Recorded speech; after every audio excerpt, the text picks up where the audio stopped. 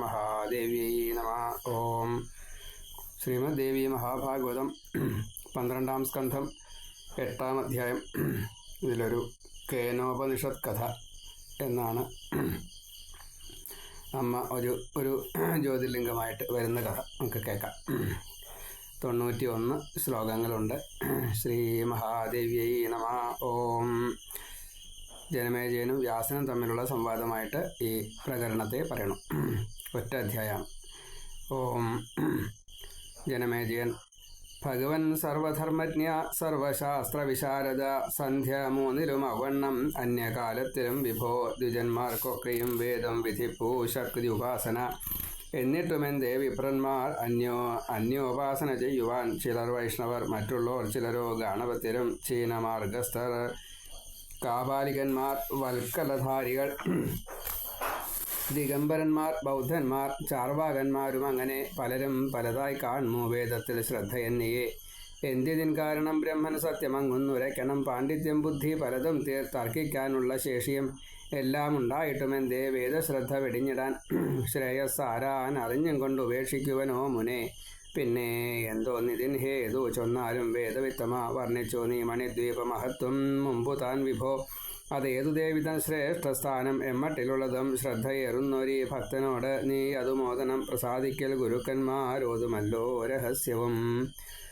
ഇപ്പോൾ അമ്മയെയാണ് ആശ്രയിക്കേണ്ടത് എന്ന് എല്ലാ അർത്ഥത്തിലും അങ്ങ് ഇപ്പോൾ പറഞ്ഞു. വ്യാസനോട് ജനമേജയം പറയാ. എന്നിട്ടും വിഷ്ണുവിനെയും ശിവനെയും ഒക്കെ ആരാധിക്കണോ? ഗണപതി, സൂര്യൻ, ഇങ്ങനെയൊക്കെ. അമ്മയെ ഉപേക്ഷിക്കണോ? അതെന്തുകൊണ്ട്? അമ്മയെ ആരാധിക്കുന്നില്ല. അപ്പോൾ ശ്രേയസ് കിട്ടാൻ അമ്മയാണ് വേണ്ടതെന്ന് അറിഞ്ഞുകൊണ്ട് എന്തിനാണ് അത് ഉപേക്ഷിക്കണത്? അപ്പോൾ അതിനെന്തെങ്കിലും ഒരു കാരണം ഉണ്ടാവില്ല. അതൊന്ന് പറഞ്ഞുതരൂ. പിന്നെ മണിദ്വീപത്തിലാണ് അമ്മ എന്ന് പറഞ്ഞു. ആ മണിദ്വീപത്തെ ഒന്ന് വർണ്ണിക്കൂ എന്ന് പറഞ്ഞു വെച്ചു. അപ്പോൾ എന്തുകൊണ്ട് ഇങ്ങനെ എന്നുള്ളത് പറയാൻ വേണ്ടിയിട്ട് സമർത്ഥിക്കാൻ വേണ്ടിയിട്ട് ഒരു കഥ പറയുകയാണ് ശ്രീനാരായണൻ. സൂതൻ: നൃപനേവം കഥിച്ചപ്പോൾ ഭഗവാൻ ബാദരായണൻ ക്രമാനുക്രമമായി ചൊന്നാൻ സർവം താപസമുഖ്യരെ. ദ്വിജന്മാർക്കതു കേട്ടാൽ താൻ വേദത്തിൽ ശ്രദ്ധ വാച്ചിടും. സൂതൻ ശൗനകാദി മഹർഷിമാരോട് പറയണു. ശ്രീ മഹാദേവ്യൈ നമഃ. ഓം വ്യാസൻ: വേണ്ട സന്ദർഭത്തിൽ വേണ്ട ചോദ്യം ചോദിച്ചു നീ നൃപ. നിനക്കിന്നുള്ളതായി കാണുമോ വേദ തൽപരമാം മതി. ഇപ്പോൾ വേദശ്രദ്ധയുള്ളവർ അമ്മയെ ഉപേക്ഷിക്കില്ല എന്ന് പറഞ്ഞതിൻ്റെ ശേഷമാണ് ഒരു ദേവാസുര യുദ്ധത്തെ പറയണത്. അപ്പോൾ അവിടെ ഞാൻ കേമൻ, എങ്ങനെയാണല്ലോ എല്ലാവരും ധരിക്കാറ്. എനിക്കുള്ള ഈ കഴിവ് ശക്തി അത് അമ്മ തന്നതാണ് എന്നറിയാത്തത് കൊണ്ടാണ് അത്. ദേവന്മാർ പോലും അങ്ങനെയാണ്. ഇപ്പോൾ ദേവന്മാർക്ക് അഗ്നിക്ക് അഗ്നിതര കഴിവ്, വരുണന് വരുണൻ്റെ കഴിവ്, അങ്ങനെ വായുവിന് വായുവിൻ്റെ കഴിവ്, അങ്ങനെ ഓരോരുത്തർക്കും ഓരോ കഴിവുണ്ട്. ഇന്ദ്രനാണ് ഇവരെയൊക്കെ ഭരിക്കുന്നത്. അപ്പോൾ ഇന്ദ്രനാണ് കേമൻ. ഓരോ ദേവന്മാരും ഈ അമ്മയാൽ പരീക്ഷിക്കപ്പെടുകയാണ്. ഒരു ഉണങ്ങിയ പുൽക്കൊടി അമ്മ ഒരു ജ്യോതിർലിംഗമായിട്ട് പ്രത്യക്ഷപ്പെട്ടിട്ട് ഈ പുൽക്കൊടി ഒന്ന് അനക്കാൻ പറ്റിച്ചാൽ, കത്തിക്കാൻ പറ്റിച്ചാൽ എന്നൊക്കെ പറഞ്ഞ് ഓരോരുത്തരെ ദേവന്മാർ വന്നപ്പോഴേ ഒന്ന് പരീക്ഷിച്ചു. അവർക്ക് അതൊന്നും പറ്റിയില്ല. അപ്പോൾ അമ്മയുടെ മഹത്വം ഇന്ദ്രന് നല്ലോണം മനസ്സിലായി, എല്ലാവർക്കും മനസ്സിലായി. ആ ഒരു രംഗത്തെ പറഞ്ഞിട്ടാണ് അമ്മയുടെ മഹത്വം പറയണത് എന്ന് സാരം. പണ്ടൊരിക്കൽ സുരന്മാരോട് ഊറ്റം കൂടിയതാനവർ 100 വർഷം ചെയ്തു യുദ്ധം മഹാവിസ്മയകാരകം. നാനാ മായാപ്രയോഗങ്ങൾ നാനാ ശസ്ത്രാസ്ത്രജാലവും പ്രയോഗിച്ചുള്ളോരപ്പോരിൽ മുടിയാറായി ജഗത്രയം. പരാശക്തി പ്രഭാവത്താൽ വിണ്ണോർ തോൽപ്പിച്ചു ദൈത്യരെ. പോകിനാർ ദൈത്യർ പാതാളം ഭൂവും വിണ്ണും വെടിഞ്ഞുടൻ. ബാക്കിയുള്ളവർ പോയി ഭൂരിഭാഗവും മരിക്കുകയും ചെയ്തു, ദൈത്യന്മാർ. അപ്പോൾ ഇവരാണ് കേവന്മാരെന്ന് ധരിച്ചത്. പരാശക്തി പ്രഭാവത്താൽ വിണ്ണോർ തോൽപ്പിച്ചു ദൈത്യരെ. പോകിനാർ ദൈത്യർ പാതാളം ഭൂവും വിണ്ണും വെടിഞ്ഞുടൻ. തുഷ്ടരായി തീർന്നൊരാവാനോർ മോഹത്താൽ മതമത്തരായി ഊറ്റം കൊണ്ടാർ സ്വസ്വവിക്രമങ്ങൾ ചൊല്ലി പരസ്പരം. എന്തോതാൻ നമ്മൾ തൻ വീര്യം എന്തുള്ളൂ നാം ജയിച്ചതിൽ. നാം എങ്ങാ മൂഢരായി നിർവീര്യന്മാരാം ദൈത്യരെങ്ങുവാൻ. സൃഷ്ടിസ്ഥിതിലയങ്ങൾക്കും ശക്തർ നാം പുകളുറ്റവർ. നമ്മൾ തൻ മുമ്പിൽ പാമരന്മാർ തൻ കഥ എന്തുവാൻ. ദേവീ വൈഭവം ഒരാതെ വിണ്ണോരേവം മതിക്കവേ അനുഗ്രഹാർത്ഥം കരുണാമയ്യാം ജഗദംബിക കോടിത്തിങ്കൾ കുളിർമയും കോടിത്തൂമിന്നലാഭയം കോടി സൂര്യപ്രഭയുമാണ്ട് ആശു യക്ഷസ്വരൂപമായി കൈകാലുകൾ എഴാതാരും മുമ്പൊന്നും കണ്ടിടാപ്പടി പ്രാദുർഭവിച്ചാള ചാരു തേജപുഞ്ചത്തെ വിണ്ണവർ സർവത്ര. ശ്രീമദ്ദേവി നാമസങ്കീർത്തനം. ശ്രീ മഹാദേവി നമ. അമ്മ അഗ്നിലിംഗമായിട്ട് ജ്യോതിസ്വരൂപിണിയായിട്ട് കയ്യോ കാലോ അല്ലെങ്കിൽ അങ്ങനെ ഒന്നുമില്ല, ഒരു വൃത്തരൂപത്തിൽ സ്തംഭം തൂണ് എന്ന നിലയ്ക്കാണ് കണ്ടത്. അപ്പോൾ ഇങ്ങനെയൊന്ന് ഇതുവരെ കണ്ടിട്ടില്ല എന്നുള്ളത് അവർക്കെല്ലാവർക്കും ബോധ്യമായി. ഇതെന്ത് എന്ന് അത്ഭുതപ്പെട്ടിട്ട് അമ്മയെ സ്തുതിക്കണം, നമസ്കരിക്കണം, പൂജിക്കണം. കണ്ടത്ഭുതപ്പെട്ടു ചൊന്നാരെന്തിതെന്തെന്നു മന്നവ ദൈത്യന്മാർ തൻ ചേഷ്ടിതമോ വല്ല മായാപ്രയോഗമോ ദേവന്മാരെ മയക്കാനായി ആരിതുണ്ടാക്കി വിട്ടതും ഏവം വിണ്ണോരൊത്തു ചേർന്നു ചർച്ച ചെയ്തു പരസ്പരം. ആരെന്നതിൻ്റെ മുമ്പിൽ പോയി ചോദിച്ചറിയണം ക്ഷണം. ബലാബലം ഗ്രഹിച്ചാശു പിന്നെ ചെയ്യാം പ്രതിക്രിയ. പിന്നെ ആ വന്യയെ വിളിച്ചോദിനാനുംബർ നായകൻ. വന്യേ നീ പോക, ഞങ്ങൾക്ക് നീയല്ലോ ശ്രേഷ്ഠമാം മുഖം. നീയങ്ങ് പോയറിഞ്ഞാലും ആരെന്തെന്നുള്ളതൊക്കെയും. ഇപ്പോൾ ആദ്യം അഗ്നിയെ വിടാനുള്ള കാരണം അഗ്നി സ്തൂപമായിട്ടാണ്, അഗ്നിസ്തംഭമായിട്ടാണ് കണ്ടത്. അതുകൊണ്ട് പിന്നൊന്ന് അഗ്നി ബ്രഹ്മം എന്ന അവസ്ഥയിലാണ് വേദത്തിൽ പറഞ്ഞിരിക്കുന്നത്. അപ്പോൾ ഇന്ദ്രനേക്കാൾ സ്ഥാനം അഗ്നിക്കുണ്ട് എന്നുള്ളതും ചിലപ്പോൾ പറയാറുണ്ട്. എങ്കിലും ഇവരെയൊക്കെ ഭരിക്കുന്നത് ദേവരാജാവായിട്ടുള്ള ഇന്ദ്രൻ തന്നെയാണ്. ഇനി ആ തർക്കത്തിൻ്റെ ഒടുവിൽ അഗ്നിയെ ആദ്യം വിടുന്നു, പിന്നെ വായുവിനെ വിടുന്നു, അങ്ങനെയൊക്കെയാണ്. മതഗർഭിതമിന്ദ്രൻ്റെ വാക്യമേവം ശ്രവിച്ചുടൻ യക്ഷസന്നിധിയിൽ ചെന്നാൻ സത്വരം വന്യദേവനും. യക്ഷൻ ചോദിച്ചിതന്നേരം, ആരു നീ വന്നതെന്തുവാൻ? നിനക്കെത്രയ്ക്കുണ്ട് വീര്യം എന്ന് എൻ മുമ്പിലുരയ്ക്കുക. അഗ്നിയാം ജാതവേദസി ഞാൻ എന്നായോധി പാവകൻ. ഈ വിശ്വമൊക്കെയും ചാമ്പലാക്കാനുണ്ടിങ്ങു ശക്തിയും യജനീയം പരം തേജസ്. അന്നേരം ഒരു പുൽക്കൊടി മുന്നിൽ വെച്ചോതി, ഇത് നീ ചുട്ടാലും ശക്തനെങ്കിലോ. ശക്തിയെല്ലാം പ്രയോഗിച്ചു നോക്കിയിട്ടും ചാമ്പലാക്കുവാൻ കഴിഞ്ഞില്ല. അതിനാൽ നാണം കെട്ടു വന്നി തിരിച്ചുപോയി. ദേവന്മാർ വാർത്ത ചോദിക്കെ സർവം ചൊന്നിതു പാവകൻ. ഏതിനും ശക്തർ നാം എന്ന പൊങ്ങച്ചം വ്യർത്ഥമെത്രയും. ഇന്ദ്രൻ വിളിച്ചോതി തഥാ വായുവോട് ഇത്തരം നൃപാം, നീ തന്നെയൊന്നു പോയി സർവം അറിഞ്ഞും കൊണ്ടുപോരണം. ആ തേജപുഞ്ചം എന്തെന്നായി അറിയാൻ അന്യനില്ലൊരാൾ. ഇന്ദ്രൻ തൻ ഗൗരവം കൂടും വാക്കേവം കേട്ടു തൽക്ഷണം സാഭിമാനം പുറപ്പെട്ടാൻ വായുവും യക്ഷമുള്ളിടം. അപ്പോൾ അഗ്നിക്ക് പുൽക്കൊടിയെ കത്തിക്കാൻ പറ്റിയില്ല. അപ്പം തന്നെ വായുവിന് മനസ്സിലാക്കിക്കൂടെ അഗ്നിക്ക് കത്തിക്കാൻ പറ്റാത്ത തനിക്ക് ഇളക്കാൻ പറ്റില്ല എന്നുള്ളത്. പക്ഷേ മനസ്സിലായില്ല. അപ്പം അത് തോന്നണമെങ്കിൽ എന്ത് വേണം? ഈ ഉപാസന വേണം, അനുഗ്രഹം വേണം എന്നർത്ഥം. പ്രീതി ഉണ്ടെങ്കിൽ മാത്രമേ അത് രക്ഷപ്പെടാൻ സാധിക്കുള്ളൂ. അപ്പം രക്ഷപ്പെടാൻ സാധിക്കാത്തതിൻ്റെ കാരണം അമ്മയുടെ പ്രീതി ഇല്ലാഞ്ഞിട്ടാണ്. ഏതായാലും വായുദേവനും അവിടെ ചെന്നു, തിരിച്ചു പോന്നു. ഇന്ദ്രൻ അവിടെ പോയി കാണാനും കൂടി പറ്റാതെ കണ്ട് ഇളിഭനായി എന്ന് സാരം. ശ്രീ മഹാദേവി നമ. പക്ഷേ അമ്മയ്ക്കൊന്നും വിഷയമല്ല. അമ്മയ്ക്ക് സമഭാവന ഉണ്ടായതുകൊണ്ട് അവരെ നിഷിക്കുകയോ അല്ലെങ്കിൽ അവരെ ഹസിക്കുകയോ ഒന്നും ചെയ്തില്ല. ശാസിച്ച് വേണ്ട രീതിയിലാക്കുക, അതാണ് അമ്മയുടെ ഉദ്ദേശം. അത്രയേ ഉള്ളൂ. വായുവേ കണ്ടുടൻ യക്ഷ തേജസ്സോതി പതുക്കവേ, ആരു നീ എന്ത് നിൻ ശക്തി എന്നു നേരെ കഥിക്കുക. യക്ഷവാക്യം കേട്ട് ഗർവത്തോടും ചൊന്നിതു മാരുതൻ. മാതരിശ്വാവു ഞാൻ സാക്ഷാൽ വായുവെന്നു ധരിക്ക നീ. ഏതും ഗ്രഹിക്കാനും ഇളക്കാനും ഉണ്ട് ഇങ്ങ് വൈഭവം. എൻ ചേഷ്ടയാൽ താൻ ഈ ലോകം ചേഷ്ടിച്ചിടുന്നതും സദാ. വായുവേവം കഥിച്ചപ്പോൾ പരം ജ്യോതിസുരയ്ക്കയായി ഇതാ പുൽക്കൊടിയൊന്ന് അങ്ങേ മുമ്പിൽ ഒന്ന് ഇത് ഇളക്കണി. ഇല്ലെങ്കിൽ ഊറ്റവും വിട്ട് മാനക്കേടൊത്തു പോവുക. യക്ഷവാക്യം കേട്ട് ശക്തി മുഴുവൻ കൂട്ടി മാരുതൻ. പണിപ്പെട്ടിട്ടും ആ പുല്ല് ചലിച്ചില്ല തരിമ്പുമേ. ഗർവം കൈവിട്ടുടൻ ദേവപാർശ്വത്തിൽ ചെന്നു മാരുതൻ. തൻ്റെ ഡിംബം നശിപ്പിച്ച വൃത്താന്തം സർവമോദിനാൻ. അതെന്തെന്നറിയാൻ പോരാ മിഥ്യാഗർവിഷ്ഠരായ നാം. അഭൗമമാം യക്ഷ തേജസ്സത് പാർത്താൽ മഹാത്ഭുതം. പിന്നെ സുരന്മാരഖിലം ചൊന്നാരിന്ദ്രനോടിങ്ങനെ, അണ്ടർനായകനല്ലേ നീ, സത്യം പോയി കാൺക സത്വരം. ഇന്ദ്രൻ പാഞ്ഞാൻ അതിന്നേരെ പൊങ്ങും ഗർവത്തൊടും തഥാ തേജോമയം യക്ഷരൂപം സർവോത്കൃഷ്ടം തഥാ നൃപ അന്തർധാനം ചെയ്തിതങ്ങ് വാസവൻ നോക്കി നിൽക്കവേ. അമ്മയൊന്ന് കാണാനും കൂടിയും പറ്റിയില്ല.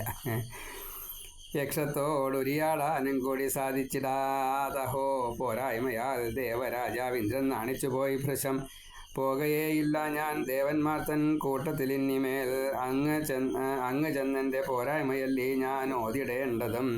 മരിക്കതാൻ നല്ലത് ഇനി മാനമല്ലീ മഹദ്ധനം, നിസ്സംശയം മൃത്യു തന്നെ മാനം കെട്ടോരു ജീവിതം എന്ന് ഉറച്ച് ഊറ്റമഖിലം കൈവെടിഞ്ഞുംബർ നായകൻ തത്ര മഹാത്മ്യമെഴുമ തേജസ്സേ താൻ വണങ്ങിനാൻ. മറ്റൊരതും കൂടി ഉണ്ടായില്ല കേട്ടോ. തീയും വന്യദേവനും വായുദേവനും ഒന്ന് നമസ്കരിച്ചു എന്ന് പറഞ്ഞിട്ടില്ല, ഉണ്ടാവുകയിരിക്കാൻ ചിലപ്പോൾ, ഇതിൽ പറഞ്ഞിട്ടില്ല. അപ്പം അമ്മ ഇന്ദ്രനോട് പറയുകയാണ് അശരീരിയായിട്ട് ആദ്യം, ശ്രീ മഹാദേവിയെ നമ എന്നുറച്ച് ഊറ്റം അഖിലം കൈവെടിഞ്ഞുംബർ നായകൻ അത്ര മഹാത്മ്യമെഴുമ തേജസ്സേ താൻ വണങ്ങിനാൻ.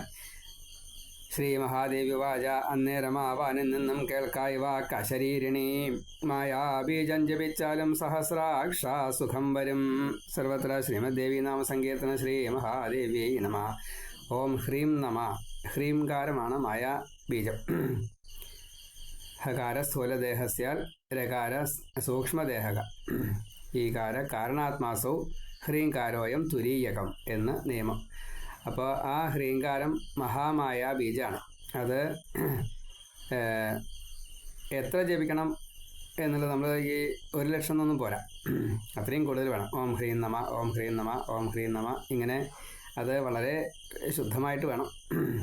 പൂജാതി കാര്യങ്ങളൊക്കെ ചെയ്ത് ജപിക്കാനുള്ള അർഹത നേടി ദേവത ബ്രഹ്മാവസ്ഥയിലുള്ള പ്രകൃതി സ്വരൂപിണിയാണ്, ദുർഗയാണ് എന്നെല്ലാം കണ്ടുകൊണ്ട് ആ മഹാദേവിയെ സ്മരിച്ചുകൊണ്ട് രൂപമില്ലാത്ത, നിറമില്ലാത്ത, അപ്രമേയായിട്ടുള്ള, അഗോചരയായിട്ടുള്ള ആ അമ്മയെ സ്മരിച്ചുകൊണ്ട് ഈ ബ്രഹ്മത്തിലേക്ക് എത്താനുള്ള ചവിട്ടുപടികളായിട്ടുള്ള ക്ലീംകാരം, ശ്രീംകാരം, സൗംകാരം, ഐംകാരം, അങ്ങനെ അക്ഷരബീജ മന്ത്രങ്ങളുണ്ട്. ആ അക്ഷരബീജ മന്ത്രങ്ങളുടെ നെടുന്തൂണായിട്ട് നിൽക്കുന്ന ഈ ഹ്രീംകാരത്തെ ജപിച്ച്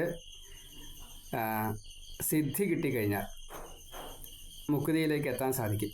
അങ്ങനെയൊക്കെ വേണം അത് ജപിക്കാനായിട്ട്. വളരെ ശ്രദ്ധിച്ച് വേണം ജപിക്കാമെന്നർത്ഥം. ചെയ്യാൻ വളരെ എളുപ്പമാണ്, പറഞ്ഞിട്ട് കാര്യമില്ല. അപ്പം അങ്ങനെ ഓം ഹ്രീം നമ എന്ന് ജപിച്ചുകൊണ്ട് എത്ര 1,00,000 വർഷം, നമ്മുടെ ആയുസ്സാണ് 1,00,000 വർഷം പറഞ്ഞത്, ദേവന്മാർക്ക് അത്രയൊന്നും വരില്ല അത്. അപ്പം അങ്ങനെ നന്നായിട്ട് ജപിച്ച് തപസ് ചെയ്ത് സിദ്ധി നേടി അപ്പോൾ എന്നെ കാണാൻ സാധിക്കും എന്ന് അമ്മ അശരീരിയായിട്ട് പറഞ്ഞു. മായാബീജം ജപിച്ചാലും സഹസ്രാക്ഷ സുഖം വരും. കണ്ണടച്ചൂണുമില്ലാതെ വർഷലക്ഷം ശതക്രതു ജപിച്ചാൻ പിന്നെ ആ മായാബീജം ശ്രേഷ്ഠം പരാൽപരം.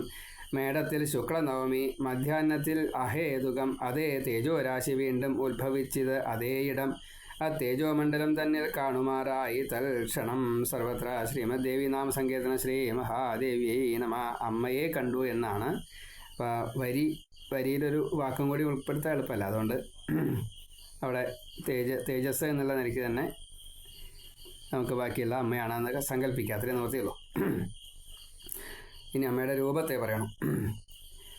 ചെമ്പരത്തിപ്പൂ നിറവും കോടി ബാലാർക്ക കാന്തിയും പട്ടുത്തരീയം മൂടിയിട്ടും തിളങ്ങും പോർക്കുജങ്ങളും വരാഭയങ്ങൾ പാശാങ്കുശങ്ങളും പൂണ്ട കൈകളും പിച്ചിപ്പൂമാല അണിവാർക്കുഴലും ഭൂഷണങ്ങളും അമ്പിളിത്തെല്ലിനാൽ മിന്നും ചാരുരത്ന കിരീടവും മാണിക്യക്കല്ലൊളി നിലത്തുതിർക്കും ദന്തകാന്തിയും മുക്കണ്ണും പുഞ്ചിരിപ്പൂൺ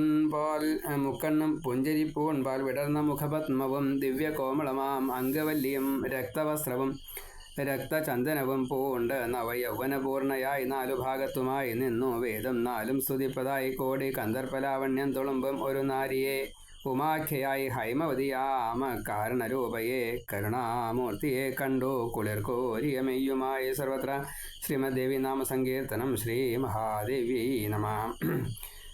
അപ്പോൾ അമ്മയുടെ ഈ നാരീരൂപത്തെ, സകല സ്വരൂപത്തെ, മഹാദേവി എന്ന രൂപത്തെ ഈ ഇന്ദ്രൻ കണ്ടു എന്നാണ്. അപ്പോൾ ഇന്ദ്രൻ സ്വതേ ഇന്ദ്രൻ ഒറ്റയ്ക്കാണോ മറ്റ് ദേവകളൊക്കെ ഒപ്പമുണ്ടോ എന്നുള്ളത് ചർച്ച ചെയ്യണ്ട. കാരണം ഇന്ദ്രൻ ഒറ്റയ്ക്ക് ഇളിഭ്യനായിട്ടാണ് അവിടെ നിൽക്കുന്നത്. തപസ് ചെയ്യുന്നതും 1,00,000 വർഷം ഒറ്റയ്ക്കാണ്. അപ്പോൾ ബാക്കിയുള്ള ദേവന്മാർ ഈ ഇന്ദ്രൻ എന്ത് ചെയ്യുമ്പോഴും കൂടെ ഉണ്ട് എന്നൊരു സങ്കല്പം ഉള്ളത് കൊണ്ട് അത്രയേ ഉള്ളൂ, സങ്കല്പമേ ഉള്ളൂ. അപ്പോൾ അതുകൊണ്ട് എല്ലാവർക്കും അത് കാണാൻ സാധിച്ചു എന്ന് കണക്കാക്കുക. നിറഞ്ഞ കണ്ണോടും ഭക്തി ഗദ്ഗതം പൂണ്ട ഹൃത്തോടും വടിപോൽ വീണു തൊഴുതു ശക്രന പദധാരിണ നാനാ സ്തോത്രങ്ങളാൽ വാഴ്ത്തി ഭക്തി സന്നത ശീർഷനായി ചോദിച്ചാനേവം എന്തോ നീ തേജോ മഞ്ജുള വിഗ്രഹം പ്രാദുർഭവിച്ചത് എന്തിനീ വണ്ണം ഓതുക ശോഭനേ. വാക്കേവം കേട്ടുരച്ചാള കരുണ കടലാം ശിവ. ഓം ദേവ്യുവാച ശ്രീദേവ്യുവാച ഓം എൻ ബ്രഹ്മരൂപമിതു താൻ സർവകാരണകാരണം നിരാമയം സർവസാക്ഷിയുമായ അധിഷ്ഠാന വിഗ്രഹം വേദങ്ങൾക്കൊക്കെ ആധാരം കാതലായും ബ്രഹ്മജ്ഞന്മാരൊക്കെ വാഴ്ത്തുന്നതായും മോക്ഷേച്ഛുക്കൾക്ക് ഇച്ഛയായും വിളങ്ങും തത്വം ചൊല്ലാമിങ്ങു സംക്ഷേപമായി ഞാൻ. ഓമെന്നോരക്ഷരം ബ്രഹ്മം ഹ്രീം എന്നുള്ളതും അവ്വിധം ഈ 2 ബീജാക്ഷരം എൻ മുഖ്യമന്ത്രം സുരോത്തമാ. അപ്പം അമ്മ ആദ്യം പറഞ്ഞത് എന്തിനാണ് അമ്മ ഇങ്ങനെ ഒരു രൂപം കൈക്കൊണ്ടത് എന്നാണ് ചോദിച്ചത്. എൻ്റെ യഥാർത്ഥത്തിലുള്ള രൂപം ഇതാണ് എന്നാണ്. അപ്പം അമ്മയുടെ രൂപം ബ്രഹ്മാവസ്ഥയിലുള്ളതാണ്. അപ്പം അതിൽ പ്രകാശം, സ്വയം പ്രകാശം ചൊരിയുന്നതായതുകൊണ്ട് പ്രകാശം അതിലുണ്ട്. അത് മാത്രമേ കണ്ടിട്ടുള്ളൂ. അപ്പോഴാണ് അത് പോരാന്ന് മനസ്സിലായിട്ട് അമ്മ സകല സ്വരൂപത്തിൽ നാരീരൂപിണിയായിട്ട് വന്നത്. എന്നിട്ട് ആ അമ്മയോടാണ് സംവാദമായിട്ട് ഇന്ദ്രൻ ചോദിച്ചത്. അപ്പോൾ അമ്മ പറഞ്ഞത് നിങ്ങൾ ആദ്യം കണ്ട രൂപമാണ് എൻ്റെ ബ്രഹ്മരൂപം. അപ്പോൾ ആ ബ്രഹ്മരൂപം അതാണോ എന്ന് ചോദിച്ചാൽ അതല്ല, പിന്നെ ബാക്കിയുള്ളത് കുറേ ഉണ്ട്.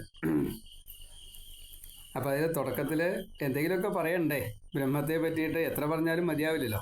അപ്പം അതുകൊണ്ട് ഇത് എൻ്റെ ബ്രഹ്മരൂപമാണ്, എല്ലാം ഞാൻ അറിയുന്നു.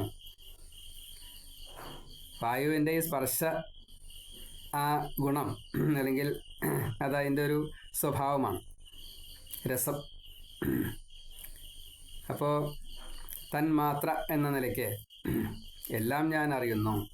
വായു ആച്ചാൽ അങ്ങനെ, അഗ്നി ആച്ചാൽ രൂപമായിട്ട്, വെള്ളം ആച്ചാൽ രസമായിട്ട്, ഭൂമി ആച്ചാൽ ഗന്ധമായിട്ട്, ആകാശാച്ചാൽ സർവ്വവ്യാപിത്വമാണ് ശബ്ദമായിട്ട്. അപ്പോൾ ഇത് മുഴുവൻ ഞാനാണ്. വേദങ്ങളുടെ ആ ഒരു രൂപത്തെ ഉണ്ടാക്കി കൊടുത്തത് എൻ്റെ ഇച്ഛയ്ക്കനുസരിച്ചാണ്. ഞാൻ പറഞ്ഞു, അത് ബാക്കിയുള്ളവർ ചെയ്തു. വ്യാസൻ വിന്യസിച്ചു, ബ്രഹ്മാവിനാൽ പറയപ്പെട്ടു, സരസ്വതി അത് പരാപശ്യന്തി മധ്യമ വൈഖരി ആ രൂപത്തിൽ എല്ലാവർക്കുമായിട്ട് കൊടുത്തു.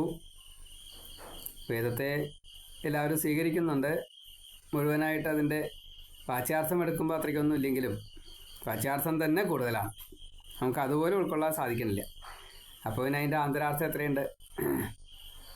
വേദത്തെ ആരും പൂർണ്ണമായിട്ട് മനസ്സിലാക്കുക എന്നുള്ളത് അസാധ്യം എന്നേ പറയാൻ കഴിയുള്ളൂ. കാരണം അതിൻ്റെ ശബ്ദം, സ്പർശാക്ഷരവും സ്വരാക്ഷരവും തമ്മിലുള്ള ചേരുവ, അതിൻ്റെ മാത്ര കണക്കിന് കേരള ബ്രാഹ്മണർ ഒരു തരത്തിൽ ചൊല്ലണു, മറ്റ് ഭാരതീയർ മറ്റു തരത്തിൽ ചൊല്ലണു. വളരെ വ്യത്യസ്തമായിട്ടുള്ള രീതിയിലാണ് ചൊല്ലുന്നത്. അപ്പോൾ പലതരത്തിൽ ഇതിനെ ചൊല്ലാൻ സാധിക്കും എന്നുള്ളത്, പലതരത്തിൽ അപ്പോൾ അർത്ഥം വരും എന്നുള്ളത്, പരിഭാഷകൾക്കൊക്കെ അതിൻ്റെ അപ്പുറത്ത് മറ്റൊന്നുണ്ട് എന്ന് പണ്ഡിതന്മാർ വ്യാഖ്യാനിക്കുന്നത് ഇതൊക്കെ നമ്മൾ കേട്ടതാണ്. അപ്പോൾ വേദങ്ങൾക്കൊക്കെ ഈ കാതൽ എന്നുവെച്ചാൽ അതിൻ്റെ ഉള്ളം അല്ലെങ്കിൽ അതിൻ്റെ മർമ്മം, ഗൂഢം, വേദം ജപിച്ചു കഴിഞ്ഞാൽ, പ്രയോഗിച്ചു കഴിഞ്ഞാൽ അതിൻ്റെ ലക്ഷ്യം, ഇതൊക്കെ ഞാൻ തന്നെയാണ്. ബ്രഹ്മജ്ഞന്മാർ മുഴുവൻ വേദത്തിലൂടെ എന്നെ വാഴ്ത്തുന്നു. അല്ലെങ്കിൽ ഇപ്പോൾ നമ്മളിപ്പോൾ പറയുന്നത് മലയാളത്തിലാണ്. വേദഭാഷയും മലയാള ഭാഷയും തമ്മിൽ വ്യത്യാസം ഉണ്ടെന്നുള്ളത് എല്ലാവർക്കും അറിയാമല്ലോ. പക്ഷേ ഈ മലയാളം തന്നെയാണ് വേദഭാഷ. അവിടേക്ക് നമ്മൾ എത്തണം.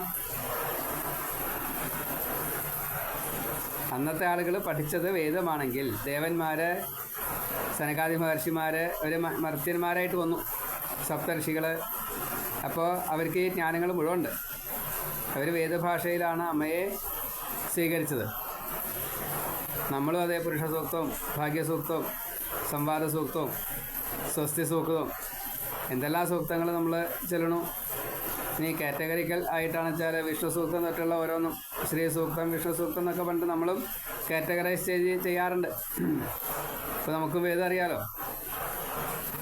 അപ്പോൾ അതിൻ്റെ ഒരു പരിധി വളരെ വളരെ വളരെ കൂടുതലായതുകൊണ്ട് നമുക്ക് മനസ്സിലാവില്ല എന്ന് സാരം. അതാണ്. അപ്പോൾ ഇതിൻ്റെ ജ്ഞാനമുള്ളവർ പോലും അതിലൂടെയാണ് എന്നെ ആശ്രയിക്കുന്നത്. മോക്ഷേച്ഛുക്കൾക്ക് ഇച്ഛയായും വിളങ്ങും മുമുക്ഷുഭാവം. മോക്കുതും ഇച്ഛ, ലയം, അതിനു വേണ്ടിയിട്ടും വേദത്തെ തന്നെയാണ് ഉപയോഗിക്കുന്നത്.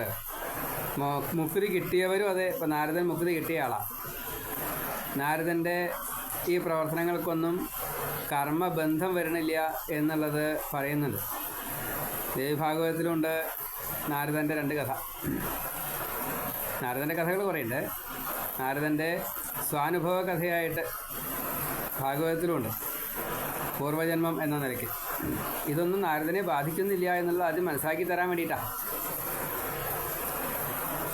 നാരദനെ ഇപ്പോൾ നാരദൻ ജനിക്കുന്നുണ്ട്. നാരദൻ എവിടെ വേണച്ചാൽ എപ്പോൾ വേണച്ചാൽ എങ്ങനെ വേണച്ചാൽ ഏത് രൂപത്തിൽ വേണച്ചാൽ ഒക്കെ വരും.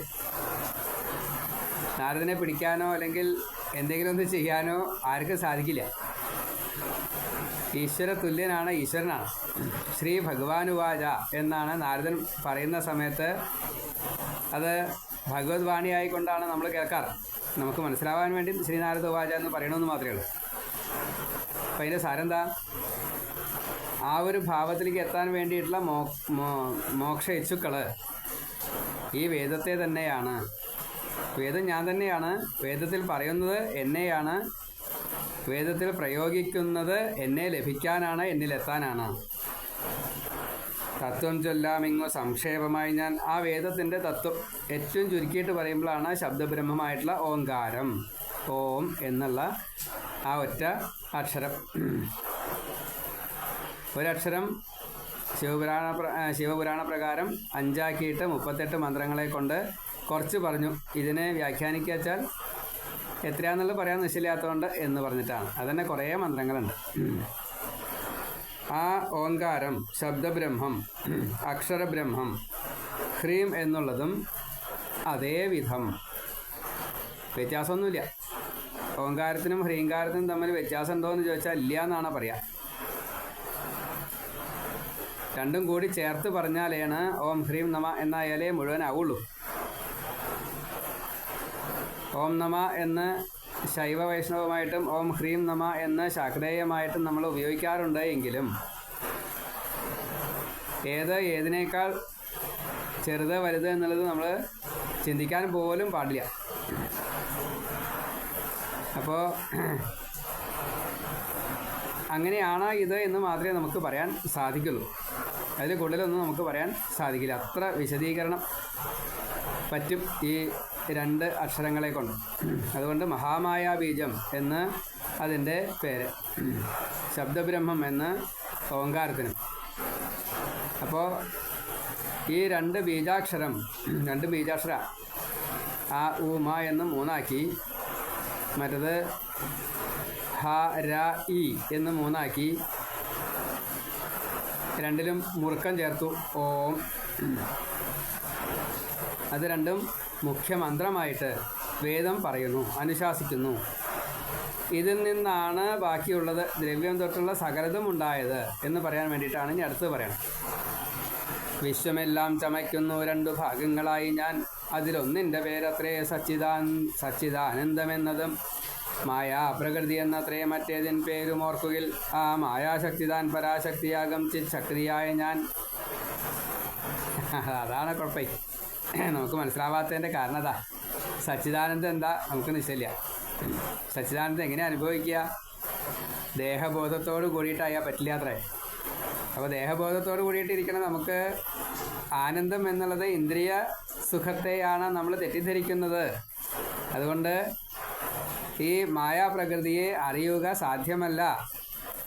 ഞാൻ പരാശക്തിയായിട്ടുള്ള മായയാണ്, ചിത്ത് ശക്തിയാണ് അതതിൻ്റെ മാക്സിമത്തിലാണ് പറയണതേ. അപ്പോൾ ഓങ്കാര ജപം കൊണ്ട് ഈ ശക്തിയാണ് കിട്ടുക എന്ന് പറയുമ്പോൾ ഓങ്കാരാണോ മീതെ ഹ്രീങ്കാരാണോ മീതെ നമുക്ക് സംശയം. നമ്മളിത് കണ്ടെത്താൻ എളുപ്പമല്ല. ചന്ദ്രനും നിലാവും പോൽ ഞാനും ഈ മായയും സദാ അഭിന്നരാണ്. ഞാൻ തന്നെയാണ് ഈ മായാസ്വരൂപവും. ഈ മായ വിലയിക്കുന്നിത് എന്നിൽ താൻ പ്രളയങ്ങളിൽ. പിന്നെ കർമ്മപരിഭാഗം കൊണ്ട് ലോകം ചമയ്ക്കുവാൻ വ്യക്തിഭാവം കൈവരിക്കും. അവ്യക്തതയിൽ നിന്നു ഞാൻ അന്തർമുഖാവസ്ഥയെ താൻ മായെന്നോതിടുന്നതും. ബഹിർമുഖം അതാവുമ്പോൾ തമസെന്നും പ്രകീർത്തിതം. ബഹിർമുഖാവസ്ഥ പൂണ്ട് തമോരൂപത്തിൽ നിന്നു താൻ ഉണ്ടായിത്തീരുന്നു. സർഗാദീങ്കൽ സത്വരജസ്സുകൾ ത്രിഗുണാത്മകർ താൻ രുദ്രൻ വിഷ്ണുവും ബ്രഹ്മദേവനും. സത്വാധികൻ ഹരി രജോഗുണരൂപൻ ചതുർമുഖൻ. തമോ ഗുണാധികൻ രുദ്രൻ സർവകാരണം. ഞാൻ ഒരു അക്ഷരം കൂടി ചേർക്കണം. ഞാൻ എന്നുള്ളത് അമ്മയാണ്. ഇപ്പോൾ ഇവിടെ പറഞ്ഞെന്താ, ത്രിഗുണ സ്വഭാവം ഉണ്ടായതുകൊണ്ട് ചേർത്തത് കൊണ്ട് നാനാത്വത്തെ കാണാൻ സാധിക്കണു. ഇപ്പം നമ്മൾ വെള്ളത്തെ മുകളിലേക്ക് എന്ത് മാർഗം ഉപയോഗിച്ചിട്ടായാലും വേണ്ടില്ല, കൈ കൊണ്ടായാലും മോട്ടർ കൊണ്ടായാലും അതിന് ഒരു രൂപം കിട്ടിയെന്ന് കൂട്ടുക. മേഘം കാറ്റത്ത് ഇങ്ങനെ വന്നു, അതിങ്ങനെ ചിലപ്പോൾ അരൂപിയായിട്ടുണ്ട്, ചിലപ്പോൾ പ്രത്യേകമായിട്ടുള്ള രൂപത്തിൽ കാണാറുണ്ട്. അതിനൊരു രൂപം അങ്ങോട്ട് ഉണ്ടാക്കപ്പെട്ടു എങ്കിൽ ആ ദിവ്യരൂപം അഗ്നി ഇങ്ങനെ കത്തുമ്പോൾ തീജ്വാല, അതിനൊരു പ്രത്യേക രൂപമായിട്ട് നമ്മൾ ചിലപ്പോൾ കാണാറുണ്ട്. അപ്പോൾ ഈ രൂപം എന്താ? ബ്രഹ്മാവസ്ഥയിലുള്ള ഈ ദേവിയാൽ സൃഷ്ടിക്കപ്പെട്ടതായിട്ടുള്ള ഓരോന്നും. അവിടെ മേഘത്തിനൊരു രൂപം കണ്ടുവച്ചാൽ ആ രൂപം നമ്മുടേതാണ്, നാം അനുഭവിച്ചതാണ്. മരത്തിൻ്റെ രൂപം കണ്ടു, ദേവകളുടെ രൂപം കണ്ടു, നമ്മുടെ രൂപം കണ്ടു, പക്ഷിമൃഗാദികളുടെ രൂപം കണ്ടു. അവിടെ ആ രൂപമില്ല, പക്ഷെ നമുക്ക് അങ്ങനെ കാണുന്നു. അഗ്നി തീജ്വാലകളിൽ ഈ രൂപങ്ങളെ കാണുന്നു, നമുക്ക് കാണാൻ സാധിക്കും. ചിലപ്പോൾ അവിടെ ആ രൂപമില്ല, ജ്വാല കത്തുന്നത് മാത്രമേ ഉള്ളൂ. വെള്ളം മുകളിലേക്ക് പോയിട്ട് ഇങ്ങനെ ഒരു രൂപത്തിൽ അത് നമ്മൾ കാണാറുണ്ട്. അപ്പോൾ ഇതെല്ലാം എന്താണ്? ഇത്രേ ഉള്ളൂ എന്ന് നമ്മൾ ഇതാണ് ശരിയെന്ന് വിചാരിച്ചിരിക്കുന്ന നമുക്ക് ഇത് ഇത്രേ ഉള്ളൂ എന്ന് അമ്മ പറഞ്ഞു തരാണ്. ഇത് എന്തുകൊണ്ട് ഇങ്ങനെ വന്നു? സ്ഥൂലദേഹം, സൂക്ഷ്മദേഹം. ഇപ്പോൾ ഈ സ്ഥൂലദേഹത്തിന് ചൈതന്യം കൊടുക്കുന്നത് സമഷ്ടി എന്ന രീതിയിൽ അത് മുഴുവൻ അമ്മയായതുകൊണ്ടാണ്, അമ്മയുടെ തേജസ് അതിൽ ചേർത്തത് കൊണ്ടാണ്. ഇനി അത് സൂക്ഷ്മരൂപമാകുമ്പോൾ വ്യഷ്ടി, അതിൽ പ്രത്യേകമായിട്ടുള്ളൊരു രൂപം, നമ്മുടെ മനുഷ്യ ശരീരം, മരത്തിൻ്റെ, പശു, ആന തുടങ്ങിയിട്ടുള്ളത്, പ്രാണിവർഗങ്ങൾ, എത്ര അമീബയ്ക്ക് രൂപമില്ല, അങ്ങനെ മാറി മാറി വരും. മുറിച്ചിട്ടാൽ 2 ജീവനായി. ഇപ്പോൾ നമ്മുടെ മുറിച്ചിട്ടാൽ നമ്മൾ മരിക്കുകയുള്ളൂ. അമീബ മുറിച്ചിട്ടാൽ 2 ജീവനായിട്ടാണ് മാറിയത്, 2 ശരീരമായിട്ടാണ് മാറിയെന്നർത്ഥം. 2നും ജീവൻ ഉണ്ടാവും. അപ്പോൾ ഇങ്ങനെയുള്ള വ്യത്യാസങ്ങൾ ഈ അമ്മയാൽ എന്നും ഒരു ബ്രഹ്മാണ്ടം സൃഷ്ടി തുടങ്ങി നിലനിന്ന് അത് നശിക്കുന്നത് വരെ ഇത് സംഭവിച്ചുകൊണ്ടേയിരിക്കും. അപ്പോൾ ആണ് പെണ്ണ് നപുംസകം എന്നുള്ള വ്യത്യാസമില്ല അമ്മയ്ക്ക്. സ്ഥൂലദേഹൻ ബ്രഹ്മദേവൻ, ലിംഗദേഹൻ ജനാർദ്ദനൻ, രുദ്രൻ കാരണരൂപൻ താൻ, തുരി ആത്മാവ് ഞാൻ തഥാ. അപ്പോൾ സാത്വികമായിട്ട് വന്ന പാലകനായിട്ടുള്ള വിഷ്ണു ലിംഗദേഹൻ ആണ്. നമ്മൾ ലിംഗം എന്ന് പറഞ്ഞു കഴിഞ്ഞാൽ സാധാരണ ആണ് പെണ്ണെന്ന് കണക്കാക്കാറുള്ളൂ. ഈ ലിംഗം എന്ന് ഉദ്ദേശിക്കുന്നത് ഇതാണ്: മരം, മനുഷ്യൻ, പശു, ആന, ഈ രൂപമില്ലാത്ത പ്രാണിവർഗങ്ങൾ, ലിംഗദേഹൻ. അതിൻ്റെ സ്ഥൂലദേഹം ബ്രഹ്മദേവൻ, സൃഷ്ടികർത്താവ്. നമുക്കത് അത്ര എളുപ്പമല്ല, നമ്മളൊന്നും സൃഷ്ടിക്കണില്ല, നമ്മൾക്കത് സൃഷ്ടിക്കാനുള്ള കഴിവില്ല. ഇതെൻ്റെ മകനാന്ന് പറഞ്ഞിട്ട് കാര്യമില്ല. അമ്മയാൽ ബ്രഹ്മാവിനെ കൊണ്ട് തരപ്പെട്ടാൽ മാത്രമേ ഈ സ്ഥൂലദേഹത്തിൽ ഈ ജീവന് പ്രവേശിക്കാൻ സാധിക്കുള്ളൂ. അതിനെ പാലിക്കുകയാണ് ജനാർദ്ദനൻ ചെയ്യുക. ലിംഗദേഹമായിട്ട് നമുക്ക് കാണാൻ സാധിക്കുന്നത് രുദ്രൻ കാരണരൂപൻ താൻ. അപ്പോൾ ഇതിൻ്റെ എന്തുകൊണ്ട് ഈ ശരീരം മനുഷ്യന് ചെയ്യാൻ പറ്റുന്ന പ്രവൃത്തിയല്ല മരങ്ങൾ ചെയ്യുക, അതല്ല പശുവർഗ്ഗങ്ങൾ ചെയ്യുക, അതല്ല പ്രാണിവർഗ്ഗങ്ങൾ ചെയ്യുക. അപ്പോൾ ഈ പ്രാരബ്ധങ്ങൾ തീർക്കാൻ വേണ്ടിയിട്ടാണ് ആ രൂപത്തെ സ്വീകരിക്കുന്നത്. ഇതിനൊക്കെ ഈശ്വരഭാവം, ഈശ്വരീഭാവം, ഈശ്വരി വ്യത്യാസമില്ല കേട്ടോ. തുരീയാത്മാവ് ഞാൻ തഥാ, അതാണ്. ഹകാരം എന്നുള്ളത് സ്ഥൂലദേഹമായിട്ടുള്ള ബ്രഹ്മാവ്. അവിടെ അമ്മയിൽ നിന്നും വ്യത്യസ്തപ്പെട്ട് താഴെ വന്നു. രകാരം സൂക്ഷ്മദേഹം, അത് ജനാർദ്ദനൻ ലിംഗദേഹമായിട്ട് പാലകൻ. കാരണം ഈ ശരീരത്തെ പോഷിപ്പിക്കുന്നത് ഞാൻ തന്നെയാണ്. എനിക്ക് ഞാനായിട്ട് നിലനിൽക്കാൻ വേണ്ടിയിട്ടാണ്. ഞാൻ ഊണ് കഴിച്ചിട്ടില്ല വെച്ചാൽ എൻ്റെ ഈ ദേഹത്തെ എനിക്ക് നിലനിർത്താൻ സാധിക്കില്ല. അപ്പം ഞാൻ തന്നെയാണ് വിഷ്ണു, ഞാൻ തന്നെയാണ് രാമൻ, ഞാൻ തന്നെയാണ് നാരായണൻ. ഇതിൻ്റെ കാരണരൂപൻ രുദ്രനാണ്. ഈ ശരീരം എനിക്ക് കിട്ടിയത് അതിൻ്റെ കാരണക്കാരനായിട്ട് രുദ്രനായിട്ടാണ് പറയുന്നത്. ഈകാര കാരണാത്മാസൗ ഹ്രീങ്കാരോയം തുരീയകം. അപ്പോൾ അതിൻ്റെ സമൂലം, പൂർവം, ഉത്തരം, ഇപ്പോൾ മുഴുവൻ അമ്മയാണ്. തുരീയാത്മാവ് ഞാൻ തഥാ. സ്ഥൂലദേഹൻ ബ്രഹ്മദേവൻ, ലിംഗദേഹൻ ജനാർദ്ദനൻ, രുദ്രൻ കാരണരൂപൻ താൻ, തുരീയാത്മാവ് ഞാൻ തഥാ. സാമ്യാവസ്ഥയിൽ വർത്തിക്കും സർവാന്തർഗതരൂപയും, തുര്യാതീതം രൂപഹീനം ബ്രഹ്മവും ഞാൻ സുരോത്തമ. നിർഗുണം സഗുണം രണ്ടു വിധമൻ രൂപമോർക്ക നീ, നിർഗുണം മായയില്ല അഞ്ഞാൽ സഗുണം മായയൊത്തൊടും. അപ്പോൾ മായ ചേർത്ത് വെച്ചാൽ, ത്രിഗുണം ചേർത്ത് വെച്ചാൽ അതിന് രൂപവും കാര്യങ്ങളൊക്കെ ഉണ്ടാവും. മറ്റതിന് ഒന്നും ഉണ്ടാവില്ല, നിർഗുണം ആയിരിക്കും. ഞാൻ ബ്രഹ്മാണ്ടം അഖിലം സൃഷ്ടിച്ച്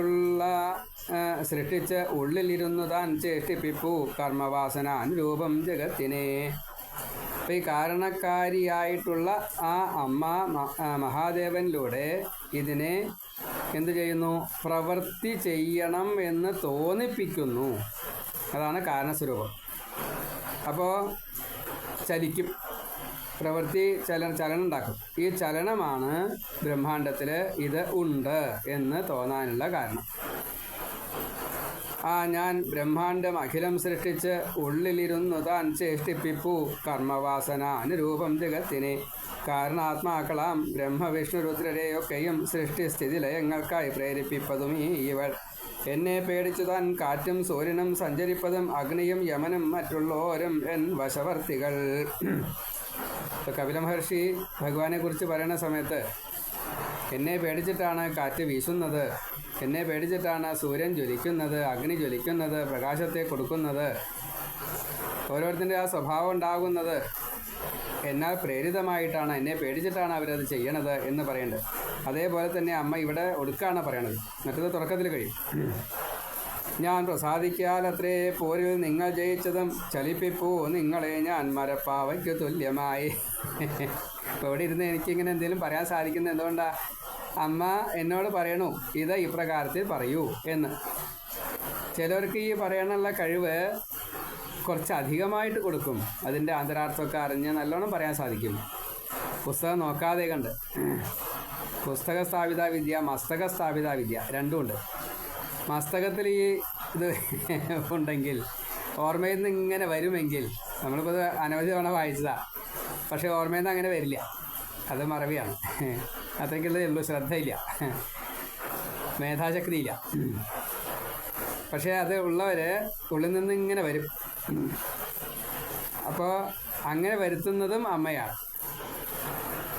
അപ്പം ഇങ്ങനെ പറയിക്കുന്നതും അമ്മയാണ് എന്ന ബോധത്തോട് കൂടിയിട്ടാണ് ഇത് പറയുന്നതെങ്കിൽ അതിനൊരു സാങ്കത്യം വരും. ഈ സാങ്കത്യം ആർക്കേ കിട്ടുള്ളൂ? അമ്മയിൽ ശ്രദ്ധയുള്ളവർക്ക്, ഭക്തിയുള്ളവർക്ക്, അല്ലാത്തവർക്ക് കിട്ടില്ല. ഞാൻ പ്രസാദിക്കയാലത്രേ പോരിൽ നിങ്ങൾ ജയിച്ചതും. അവിടെ ഇപ്പോൾ ഇന്ദ്രാദി ദേവകളോട് യുദ്ധം എന്ന നിലയ്ക്കാണ് പറഞ്ഞതെങ്കിൽ നമ്മൾ ഈ ജീവിക്കുക എന്ന ഈ ജീവിതം ഒരു വലിയ യുദ്ധമാണ്. ആ യുദ്ധത്തിൽ ഈ അമ്മയുടെ സ്മരണയോട് കൂടിയിട്ട് നമ്മളെ ആ രീതിയിൽ ജീവിച്ച് ഈ യുദ്ധം ജയിക്കുക, ജീവിതം ജയിക്കുക, ജീവിതത്തെ സഫലമാക്കുക. വീണ്ടും ഒരു ജന്മം കിട്ടാത്ത രീതിയിൽ മുക്തി കിട്ടണം. അതാണ് ഈ സാഫല്യം. അത് കിട്ടുമാറാകട്ടെ. ചലിപ്പിപ്പൂ നിങ്ങളെ ഞാൻ മരപ്പാവയ്ക്ക് തുല്യമായി. അപ്പം അതിന് വേണ്ടിയിട്ടാണ് ഉപാസന. നമ്മൾ മരപ്പാവയാണ്. ഈ ഉപാസന ചെയ്ത് കഴിഞ്ഞാൽ ഇന്ധനത്തിൻ്റെ വ്യത്യാസത്തിനനുസരിച്ച് ആ പ്രവർത്തനത്തിൻ്റെ ഗതിവിഗതികൾ വളരെയധികം വ്യത്യാസം വരും.